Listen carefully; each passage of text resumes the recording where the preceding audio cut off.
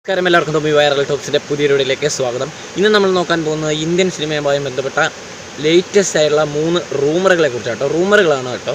അവയിൽ ഒന്നാമത്തെ റൂമർ എന്ന് പറയുന്നത് 1998 സിബി മലയിൽ സംവിധാനം ചെയ്ത് മഞ്ജു വാര്യർ, ജയറാം, സുരേഷ് ഗോപി എന്നിവർ കേന്ദ്ര കഥാപാത്രങ്ങളും മോഹൻലാൽ അതിഥി വേഷത്തിലുമെത്തിയ സമ്മർ ഇൻ ബത്ലഹേം എന്ന സിനിമയുടെ 2ാം ഭാഗം ഒരുങ്ങുന്നു എന്ന് പറഞ്ഞുകൊണ്ടുള്ള റൂമറുകളാണ് വന്നിരിക്കുന്നത്.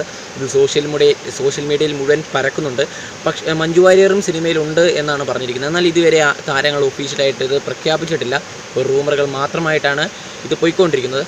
രണ്ടാമത്തെ വാർത്ത എന്ന് പറയുന്നത് ബീസ്റ്റിന് ശേഷം ദളപതി വിജയ് ദളപതി 66 എന്ന് താൽക്കാലികമായി പേരിട്ട സിനിമയിൽ അഭിനയിക്കുന്നുണ്ട്.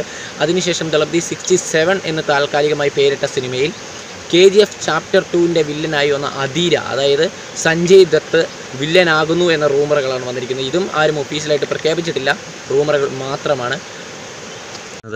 CBI 5, ഭീഷ്മ പർവം അതുപോലുള്ള മികച്ച സിനിമകൾക്ക് ശേഷം മമ്മൂട്ടി നായകനായി വരുന്ന ഏറ്റവും പുതിയ സിനിമയാണ് റോഷാക്ക് എന്ന സിനിമയുടെ ഫസ്റ്റ് ലുക്ക് പോസ്റ്ററാണ് ഇപ്പോൾ പുറത്തുവിട്ടിരിക്കുന്നത്. ഒരു കൊടും കുറ്റവാളിയുടെ കഥ പറയുന്ന സിനിമയാണ് റോഷാക്ക് എന്നാണ് റൂമറുകൾ പറയുന്നത്.